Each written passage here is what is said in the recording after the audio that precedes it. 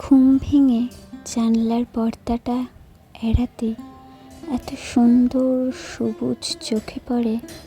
এই যে আম পাতাগুলোর কচি পাতা এসেছে, এটা দেখতে আর এর গন্ধটা আমার খুব ভালো লাগে।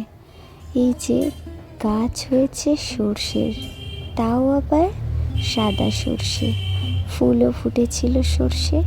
সকাল সকাল বানিয়ে নিয়েছি একটা ছোট্ট কাপকেক, কারণ এসেছেন আমার মহারানী, মেয়ের বাড়িতে ঘুরতে এসেছে।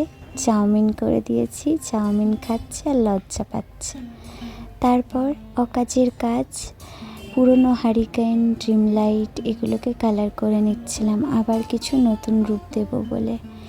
এমনকি কৌটোটা, রঙের কৌটোটাকেও কেটে কুটে পাখির জল খাবারের ব্যবস্থা করে নিয়েছি। তারপর মনে হলো এই পুরনো ট্রাঙ্কটা একটু নতুন কিছু ভাববো।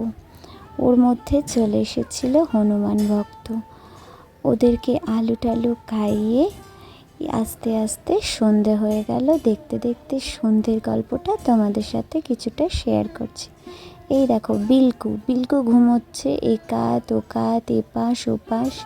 ওকে তো অনেকক্ষণ একটু খেলা করলাম ওর সাথে, ওর সাথে লুকোচুরি খেলে বেড়াচ্ছিলাম। ও তো চিনতেও পারছিল না, ওপরে বসেছিল।